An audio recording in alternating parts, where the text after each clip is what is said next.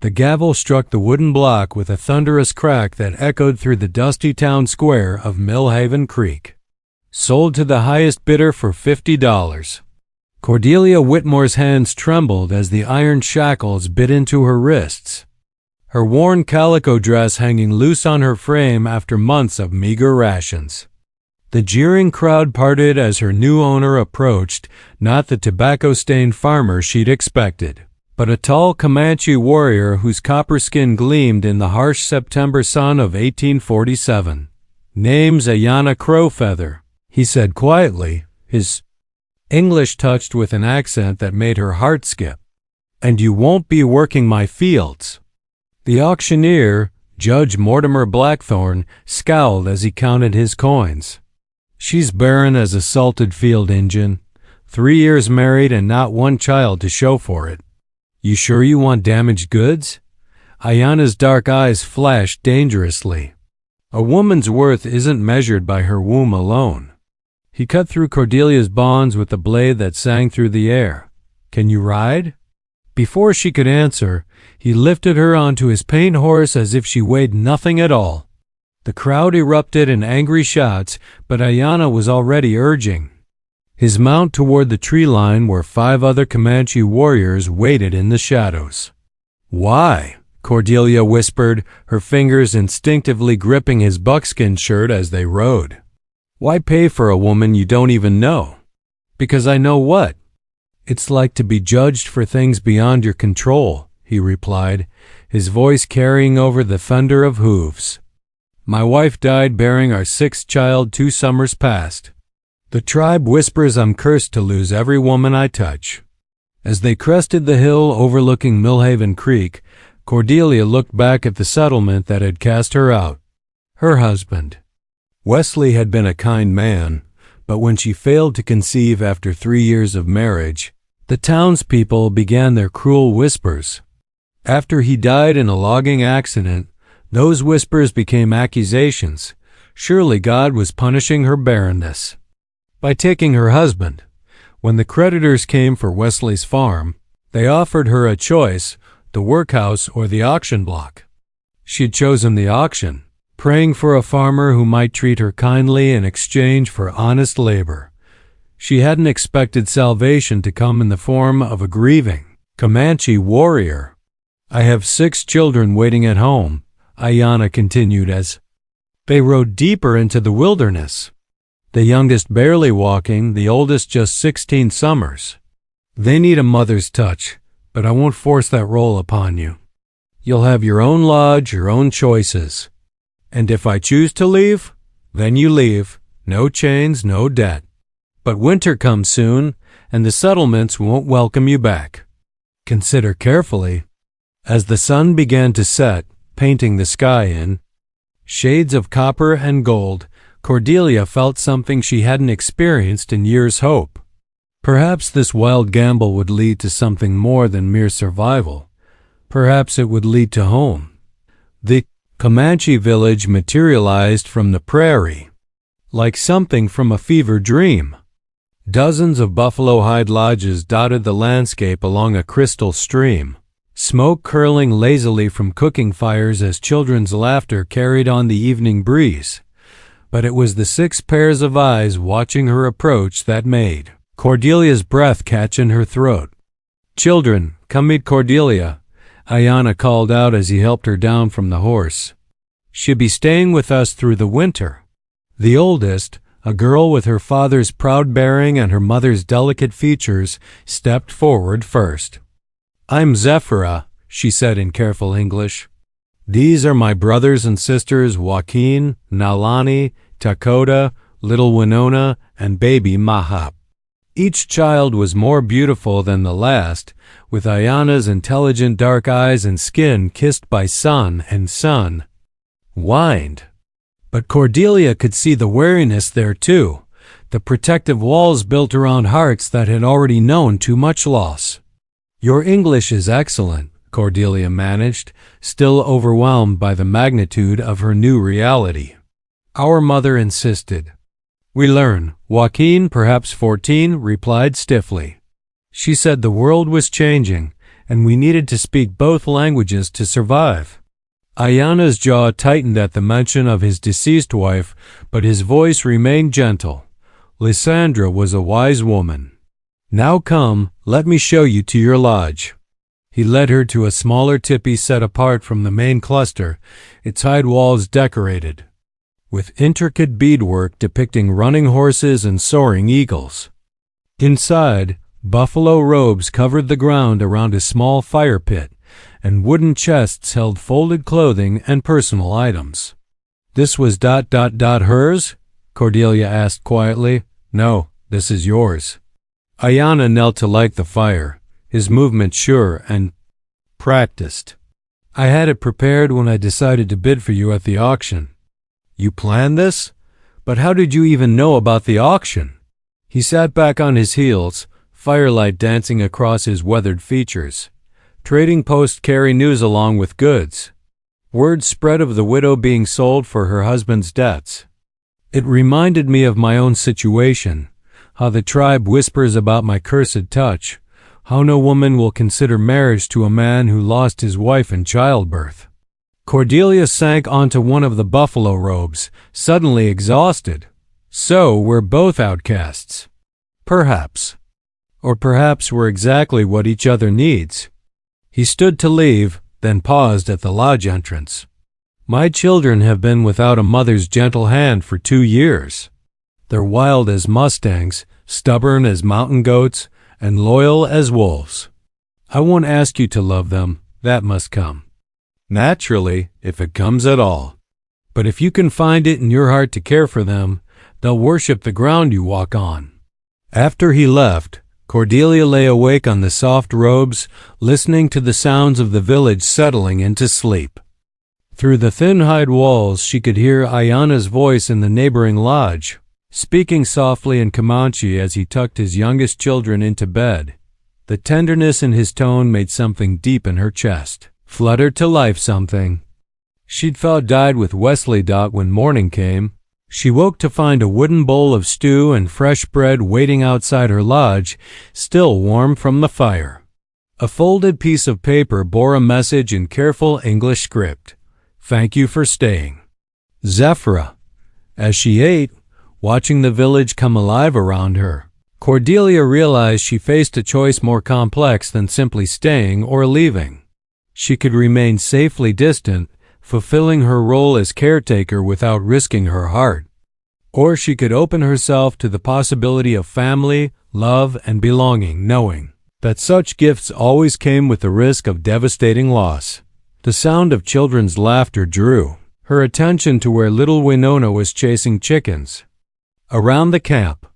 Her delighted giggles infectious. Perhaps some risks were worth taking after all. 3 weeks into her stay, Cordelia discovered that Ayana's children were indeed as wild as mustangs and twice as clever. Where exactly did you learn to set rabbit snares? She asked Dakota, age 8, as she examined the ingenious trap he'd constructed near the stream. The boy grinned, gap-toothed and proud. Uncle Chayton taught us before Papa made him stop. Said we were too young for hunting. But we're not too young to eat, added 10-year-old Nalani, appearing from behind a boulder with 3 fat rabbits slung over her shoulder. Papa works too hard providing for everyone. We help however we can. Cordelia's heart clenched at the matter-of-fact way the children spoke of their responsibilities. At their age, she'd been playing with cornhusk dolls and learning needlework. These children had been forced to grow up far too quickly. Well then, she said, rolling up her sleeves, who's going to teach me how to properly skin and cook these rabbits? Because I have a feeling I'm about to learn more than just snaring techniques. The children exchanged glances, and she saw the moment their last walls began to crumble. For the next hour, they taught her everything from field dressing game to building the perfect cooking fire, their initial wariness replaced by animated chatter and genuine laughter. When Ayana returned from hunting with the other men, he found his entire family gathered around Cordelia as she told stories about her childhood in Virginia, her hands never pausing in their work mending Joaquin's torn shirt. Double quotes, ... And that's how I learned never to trust a chicken with an attitude. Problem, she finished, earning delighted giggles from the younger children. Mama never told us stories like that, Winona said, crawling into Cordelia's lap with the easy affection of a child who'd decided to trust completely. An uncomfortable silence fell over the group. Lysandra's memory was still sacred in this family, her absence a wound that hadn't fully healed. Your mama loved you very much, Cordelia said gently, stroking Winona's dark hair. But every person has different stories to tell. Maybe I can share mine while keeping her memory alive in your hearts. Hannah's expression was unreadable as he watched the scene, but something in his eyes had shifted. When he finally spoke, his voice was rougher than usual. Children, time to prepare for evening meal. Cordelia, would you walk with me? They strolled along the stream in comfortable silence, the setting sun painting the water gold and crimson. Finally, Ayanna stopped beside a cluster of wild roses, their last blooms of the season hanging heavy with fragrance. You're not what I expected, he said quietly. What did you expect? A broken woman grateful for rescue. Someone content to live quietly on the edges of our family. He turned to face her fully. Instead, I find a woman who has my children laughing again, who teaches them new skills while honoring old ways, who makes them feel safe enough to be children instead of small adults carrying the weight of the world. Cordelia felt heat rise in her cheeks. They're remarkable children. You've raised them well despite ... everything. I've raised them to survive. You're teaching them to live again.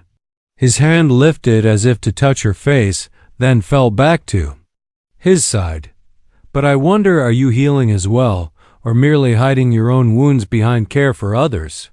The question hit deeper than she'd expected. In the weeks since arriving, she'd been so focused on finding her place among his children that she'd barely examined her own heart. I don't know, she admitted. For so long, I believed my worth came from being a wife, then a widow defined by what I couldn't give my husband. Here, I feel useful again, needed. But is that healing or just ... distraction? Perhaps both. Perhaps. That's how healing begins. As they walked back toward the village, Cordelia caught sight of Zephyra teaching baby Mop to take his first steps. The teenager's patient encouragement a mirror of her father's gentle strength. Whatever was growing. Between her and this unexpected family, she was no longer merely surviving. For the first time since Wesley's death, she was choosing to live. The first snow came early that year, blanketing the village in pristine white that made everything look clean and new. Cordelia woke to find tiny handprints pressed against the frost on her lodge walls and Winona's voice calling excitedly from outside. Cordelia, come see. The world turned magic overnight. She emerged to find all 6 children engaged in an elaborate snowball battle, their laughter echoing across the silent landscape. Even stoic Joaquin was grinning as he helped Little Mop form his first snowball, the baby's delighted squeals pure joy. Mama Lysandra used to make snow angels with us, Nalani called out, immediately freezing as she realized what she'd said. The children had taken to calling Cordelia by her name, carefully avoiding any title that might dishonor their mother's memory. Then we should make some in her honor, Cordelia said gently, lying down in the snow and spreading her arms wide. Show me how she taught you. What followed was the most beautiful chaos she'd ever experienced. 6 children creating dozens of snow angels while sharing memories of their mother, how she sang while cooking, how she told stories that made brave warriors out of ordinary animals, how she never lost patience even when they tracked mud through the lodge. She would have liked you, Zephyra said quietly as they stood admiring their handiwork. Mama always said the heart has room for many different kinds of love. That evening, as Cordelia helped prepare the evening meal, She noticed Ayana watching her with an intensity that made her pulse quicken. When she accidentally brushed against him while reaching for a pot, the spark that passed between them was impossible to ignore. "The children seem happier," he observed, his voice carefully neutral. "They're amazing, all of them." "You should be?" "Proud. I am, but I'm also—" He paused, seeming to wrestle with something. "Cordelia, what we have here, this arrangement, it's working better than I dared hope. The children have accepted you, learned from you, grown to love you. But I find myself wanting more than just a caretaker for my family." Her heart began racing. "What are you saying?" "I'm saying that somewhere between watching you teach Dakota to read and seeing you comfort Winona after her nightmares, I began falling in love with you." His dark eyes met hers steadily. "Not as a replacement for Lysandra, but as yourself. As the woman who brought light back into our home." Before she could respond, young Mop toddled between them, arms raised to be picked up. As Cordelia lifted the toddler, she felt the weight of 6 pairs of eyes watching her expectantly. "Did you know," she said carefully, "that in my old life, everyone said I was broken because I couldn't have children? They never considered that perhaps I was meant to love children who already existed, who needed someone to choose them." Zephyra stepped forward, her teenage dignity crackling with emotion. "Are you saying you want to stay? Really stay? Not just for winter, but always?" "I'm saying I love you. All of you. Your father, your family, this life we've built together." She looked directly at Ayana, her heart in her eyes. "I want to be part of this family in every way that matters. Even knowing the tribe still whispers about curses and bad medicine?" Ayana asked. "Let them whisper. I've learned that other people's fears say more about them than about us." Little Winona tugged on Cordelia's skirt. "Does this mean you'll be our mama now? Our real mama?" "If you'll have me," Cordelia whispered, tears freezing on her cheeks in. The cold air dot the children's answering cheer could probably be heard 3 villages over. As Ayana pulled her into his arms, snow still falling around them like a blessing, Cordelia realized that sometimes the most broken people find each other and create something stronger than either could build alone. She'd been sold as damaged goods, but she'd found her way to wholeness after Spring arrived with a flourish of wildflowers and wedding preparations. The entire village buzzed with excitement as they planned the ceremony that would unite Ayana and Cordelia not just in love, but in the eyes of both God and the spirits of the earth. "Hold still," Zephyra commanded, her fingers working intricate beadwork into Cordelia's wedding dress, a stunning creation of soft deerskin decorated with symbols representing new beginnings, eternal love, and the blessing of family. "I can't help it," Cordelia laughed, fidgeting with nervous energy. 6 months ago, I was being auctioned off as worthless. Now I'm marrying the most wonderful man I've ever known and gaining 6 incredible children. It feels like a dream. Dreams don't usually involve Dakota and Nalani arguing over who gets to hold the wedding rings, Joaquin pointed out dryly, gesturing toward where his younger siblings were indeed engaged in a heated debate. From outside the lodge came the sound of Ayana's rich laughter as he worked with the other men to prepare the ceremonial space. Cordelia's heart still skipped whenever she heard that sound, the joy he'd rediscovered since they'd committed to building a life together. "Are you nervous about the ceremony?" Winona asked, climbing onto Cordelia's lap with the easy affection that had become second nature. "A little," Cordelia admitted. "Your father and I come from different worlds. What if some people think we don't belong together? Then they're stupid," Map declared with toddler conviction, earning chuckles from his siblings. "Map's right," Zephyra said firmly. "Love doesn't care about skin color or which language you pray in. You make Papa happy, and you make us feel safe and loved. That's all that matters." The ceremony itself was unlike anything Cordelia had ever imagined. They stood before the assembled tribe as the sun set behind them. Hands joined while Elder Ioka spoke blessings in both Comanche and English. Ayana had written his own vows, his voice strong and clear as he promised to honor her not just as his wife, but as the mother his children had chosen for themselves. When it came time for her vows, Cordelia looked out at the faces surrounding them, tribe members who had initially viewed her with suspicion, but now smiled with genuine warmth. Her 6 soon-to-be children watching with rapt attention, and the man whose love had transformed her from discarded widow to cherished matriarch. I promise to love you not just in joy but in sorrow, not just in plenty but in want, she said, her voice carrying across the gathering. I promise to honor the memory of Lysandra while building new traditions for our family. And I promise to prove every day that love multiplies rather than divides, that there's always room in a heart for more. As they exchanged ring-simple bands, Ayana had crafted from silver traded at the post. Baby Mop broke free from Joaquin's arms and toddled toward them, causing ripples of laughter through the crowd. He knows, Ayana murmured, scooping up his youngest son. Family belongs together. The celebration that followed lasted well into the night. There was dancing and storytelling. Traditional foods shared alongside dishes Cordelia had taught the women to prepare, and music that blended Comanche drums with fiddle tunes she remembered from Virginia. As the evening wound down, Cordelia found herself sitting by the fire with Lysandra's mother, an elderly woman named Iona, who had been politely distant since her arrival. "You are not what I expected," Iona said quietly, her English heavily accented but clear. "I hope that's not entirely disappointing." The older woman studied her with shrewd eyes.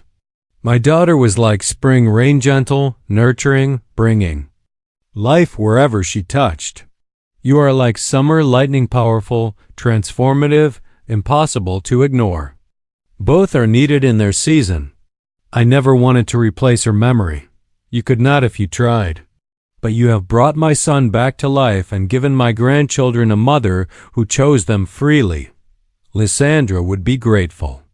Iona placed a weathered hand over Cordelia's. "Welcome to our family, daughter." Later, as she and Ayana walked toward their shared lodge to accommodate their growing family, Cordelia marveled at the turns her life had taken. "Any regrets?"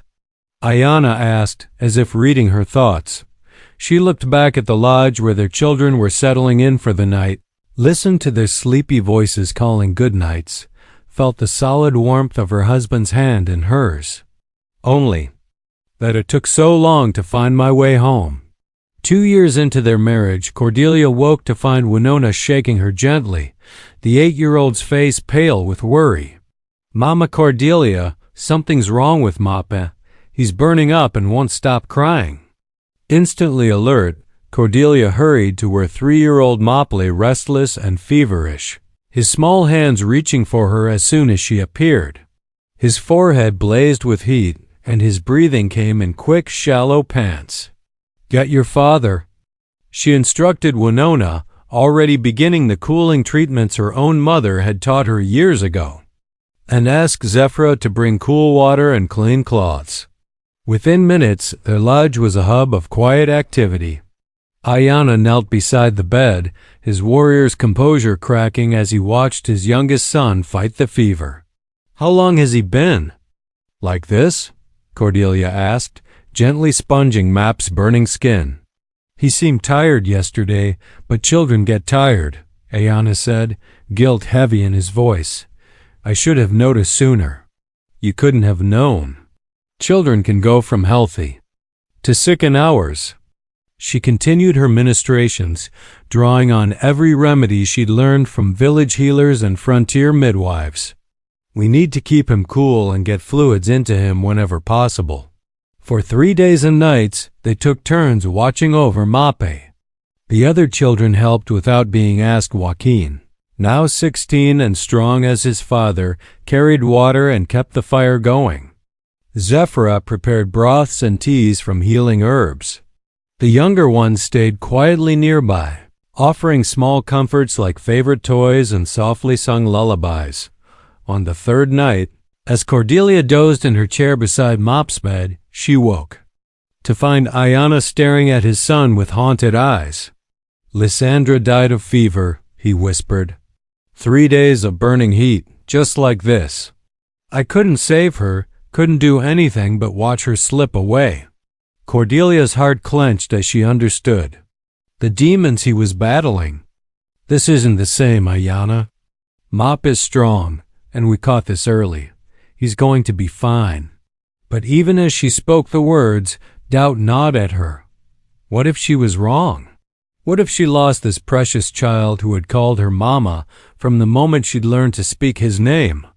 As if sensing her fear, Mop's eyes fluttered open. "Mama?" he whispered, his voice hoarse but clear. "I'm here, sweetheart." She felt his forehead still warm, but not the blazing heat of before. "How do you feel?" "Thirsty," he croaked, and she nearly wept with relief. Thirst was good. Thirst meant his body was starting to heal. By morning, the fever had broken completely. Mop was weak but alert, demanding stories and complaining about being confined to bed, sure signs that he was on the mend. "You saved him," Ayanna said quietly as they watched their son play with wooden horses. The other children gathered around him in protective delight. "We saved him, all of us together." He pulled her into his arms, and she felt the tremor in his hands, the aftermath of fear and profound relief. "When I thought I might lose you both, because I know losing one of the children would break your heart, I realized something." "What?" "That loving deeply means risking deep loss, but the alternative, living without love, isn't really living at all. You taught me that." Over the following weeks, as Mop returned to his usual mischievous self, Cordelia noticed something had shifted in their family dynamic. The crisis had shown them how precious their bonds were, how much they'd come to depend on each other not just for survival but for joy, comfort, and strength. "Mama Cordelia," Nalani said one evening as they worked together preparing dinner, "I was scared we might lose you if Mop died. Some people leave when things get too hard." "I'm not going anywhere," Cordelia said firmly. "Good times, hard times, scary times. I'm here for all of it. That's what family means." As she watched her children, because they were truly hers now, in every way that mattered, she marveled at how much her definition of motherhood had evolved. She hadn't carried these children in her womb, but she'd carried them in her heart through illness and fear, celebration and sorrow. Perhaps the townspeople of Millhaven Creek had been wrong about what made a woman barren. Perhaps she'd never been unable to bear children. Perhaps she'd simply been waiting for the right children to bear her love. The letter arrived on a crisp autumn morning, delivered by a weather-beaten trader who looked as though he'd rather be anywhere else in the world. "You sure you're Cordelia Whitmore?" he asked for the third time, clearly uncomfortable in the Comanche village. "Cordelia Crowfeather now," she corrected gently. "What's this about?" The letter bore the official seal of Millhaven Creek, and as Cordelia read its contents, her hands began to shake. Ayanna appeared at her side as if sensing her distress, his presence immediately steadying. "What is it?" he asked quietly. My husband's cousin has died. Apparently, he left Wesley's farm to me in his will, along with a substantial sum of money." She looked up at Ayanna in bewilderment. "He's offering to buy back my freedom and restore me to respectable society." The children gathered around them, sensing the tension in the air. Zephira, now 18 and wise beyond her years, read over Cordelia's shoulder with a frown. "They want you to leave us?" she asked, her voice carefully controlled. "They think they're rescuing me," Cordelia said, anger beginning to replace shock. "Listen to this. While your current circumstances are undoubtedly the result of desperation rather than choice, we are prepared to overlook your unfortunate associations and welcome you back into Christian society. Joaquin snorted with teenage derision. Unfortunate associations? They mean us.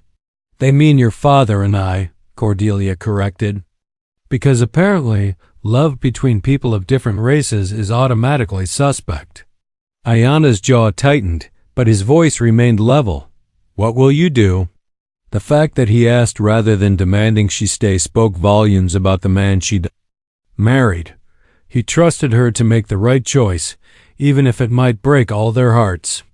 I'm going to write them a letter they'll never forget, she said grimly. That evening, by firelight, she composed her response while her family looked on. Her pen moved swiftly across the paper, fueled by righteous anger and fierce love. Gentlemen, I am in receipt of your letter dated October 15th, and I must say I am astounded by your presumption. You suggest that my marriage to Ayanna Crowfeather was born of desperation, that my love for his children is somehow artificial, that my happiness in this life is a delusion requiring your correction. Allow me to clarify my circumstances. I am married to a man who honors me, protects me, and cherishes me as an equal partner. I am mother to 6 remarkable children who chose me as freely as I chose them. I am part of a community that values wisdom over wealth, character over convenience, and love over prejudice. The farm you offer was never truly mine. It belonged to my late husband, and I was merely its caretaker. The money you mention is generous, but I have riches here that cannot be measured in coins. A husband who sees my worth, children who trust me with their fears and dreams, and a life filled with purpose and joy. You speak of Christian society as though it were superior, yet I have found more genuine Christian virtue among these heathens than I ever witnessed in Millhaven Creek. They took in a discarded woman and made her family. They practiced the love, forgiveness, and compassion that others merely preach. I will not be returning to your respectable society. I have found my place in the world, and it is here, among people who judge others by their actions rather than their bloodline or bank account. She paused, looking around at the faces of her family, Ayanna proud and relieved, the children beaming with approval. Please donate any inheritance to the local orphanage, as I have no need of Wesley's cousins' guilt money. I am exactly where I belong, with exactly the family I was meant to have. Most sincerely, Mrs. Cordelia Crowfeather *. That'll show them, Dakota said with satisfaction. More importantly, Zephyra added quietly, it shows us that you really, truly choose to be here. Did you ever doubt it? Cordelia asked, surprised. Sometimes, Nalani admitted. When things get hard, or when people in the trading posts look at you funny, or when you have to explain to new people why a white woman lives with Indians. We wondered if maybe someday you'd get tired of it. Ayanna reached for her hand, intertwining their fingers. And now? Now we know, Joaquin said with a grin, that our mama is stubborn as a mule and twice as fierce when someone threatens her family. As laughter filled their lodge, Cordelia realized that the letter from Millhaven Creek had been a gift after all. It had forced her to articulate exactly why this life, this family, this love was worth choosing every single day. She was no longer the woman who had been auctioned for her failures. She was Cordelia Crowfeather, matriarch of a family built on choice rather than obligation, love rather than convenience, and she had never been happier to burn her bridges behind her. 5 years had passed since the letter from Millhaven Creek, and the Crowfeather family had grown in ways Cordelia never could have imagined. Not in number, though Zephyra had married a young warrior named Kitchi and blessed them with a granddaughter.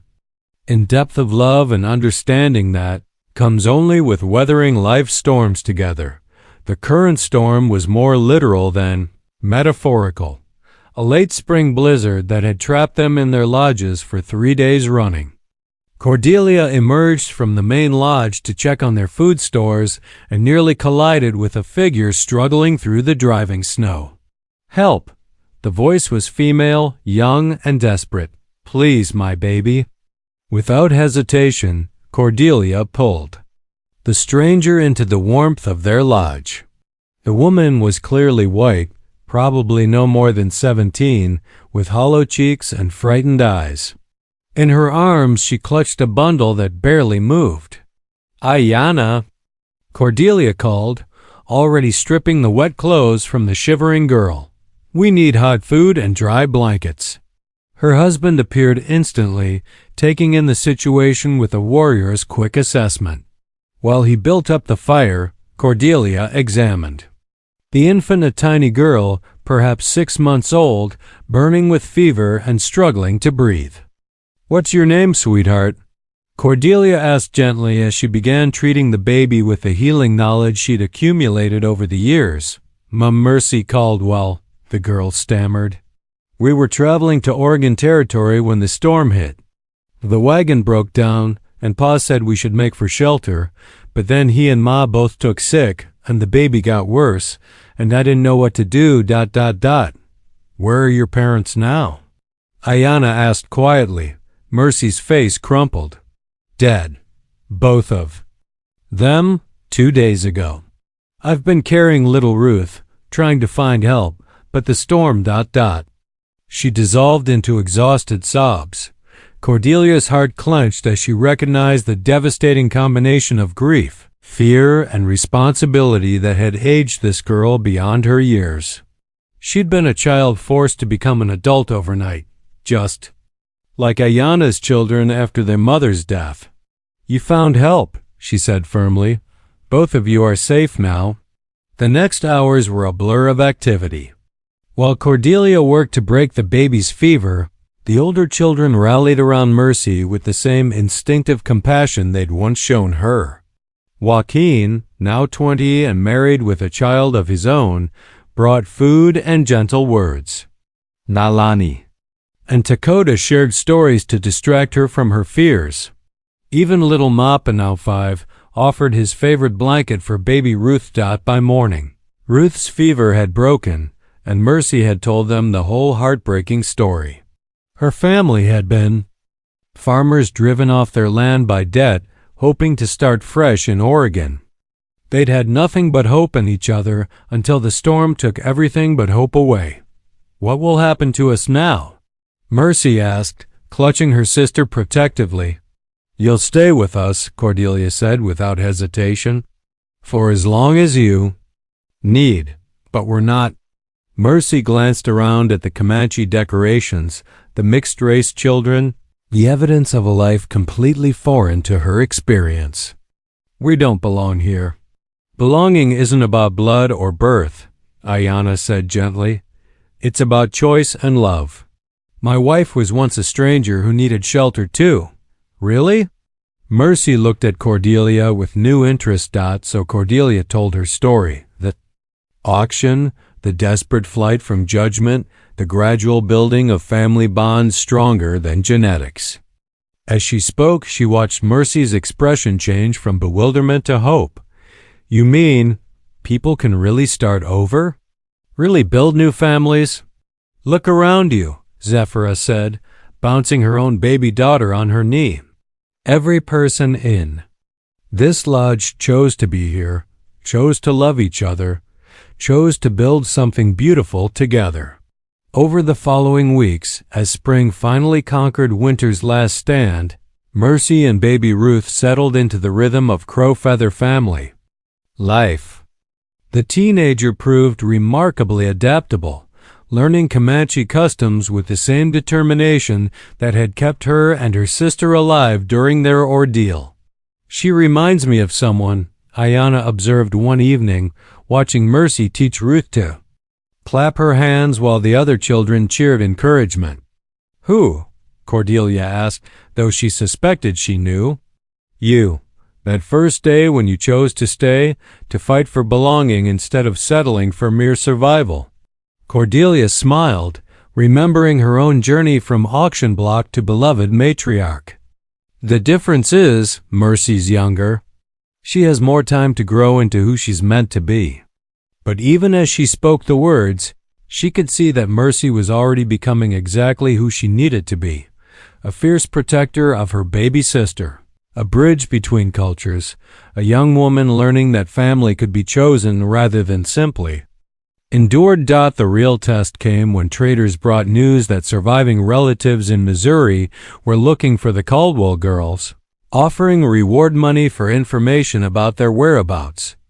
"They're my mother's people," Mercy said quietly when Ayanna shared the news. "But they never wanted anything to do with us when we were poor. Now that we're orphans, suddenly they care?" "Blood relatives don't always make the best family," Cordelia said carefully. "But the choice should be yours to make."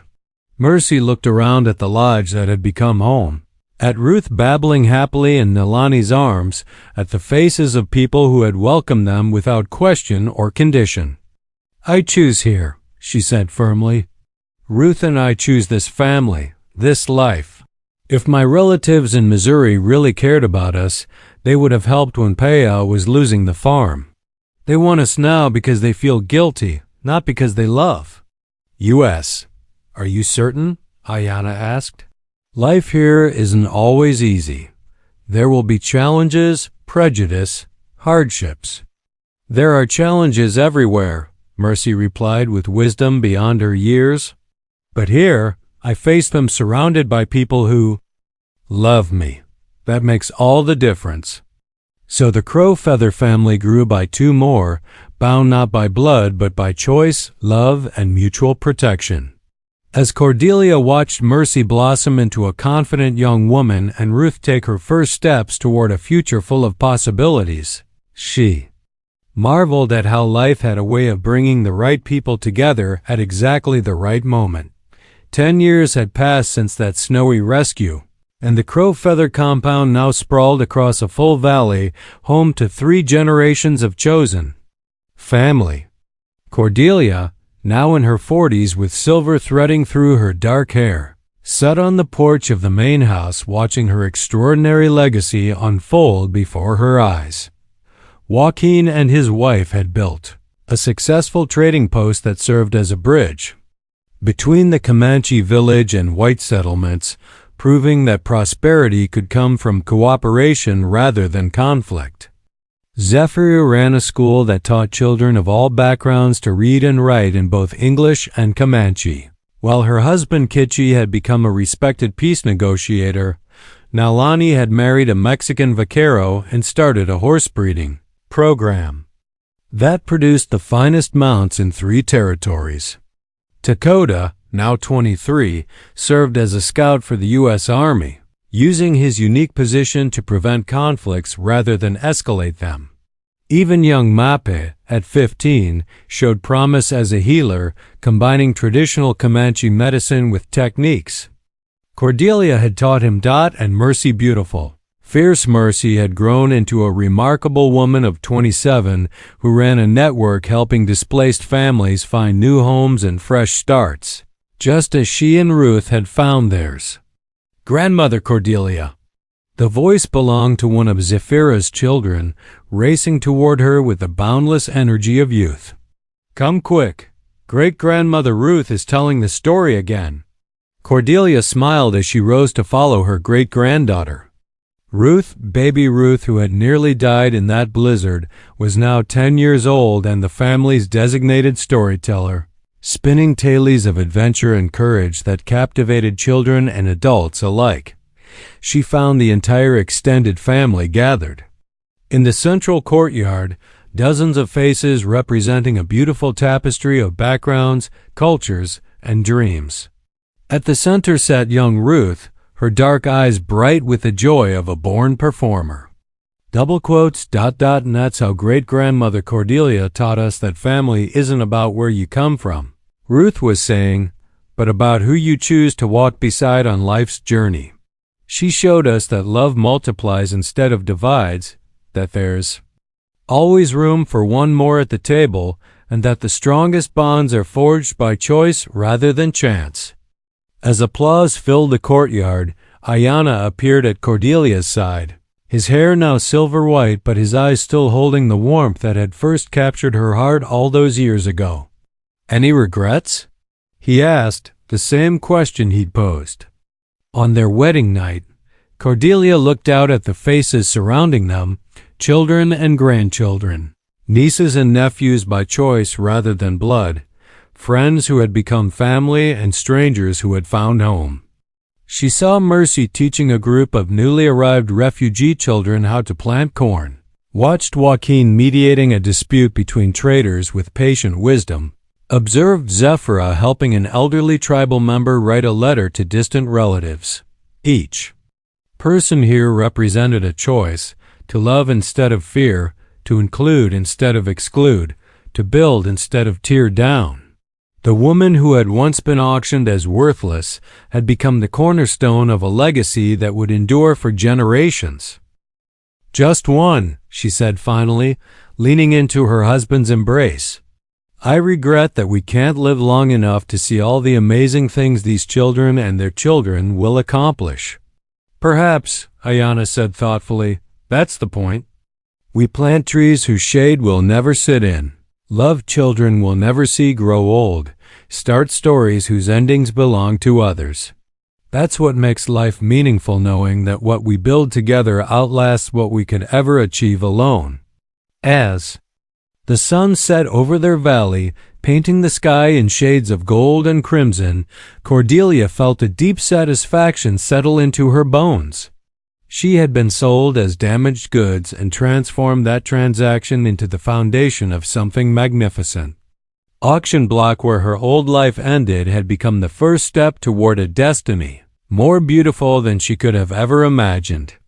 She had learned that sometimes the worst thing that happens to you becomes the gateway to the best thing that ever could. In choosing love over fear, family over solitude, and hope over despair, she had discovered that the heart's capacity for joy was truly limitless, and that the most powerful force in the world was the simple decision to keep choosing love, one person at a time, one day at a time, one beautiful, broken, healing moment at a time. As stars began to appear in the darkening sky, Cordelia Crowfeather closed her eyes and listened to the sound of her family laughing, talking, planning, dreaming, and knew with absolute certainty that she was exactly where she belonged, surrounded by exactly the people she was meant to love. Her story had begun at an auction, but it would end as all the best stories do, with love multiplied beyond measure, with hope passed to the next generation, and with the quiet satisfaction of a life lived fully in service to something greater than herself. The young widow who had once been auctioned for her failures had become the matriarch of a dynasty built on the radical belief that every person deserved to be chosen, to be loved, and to find their way home.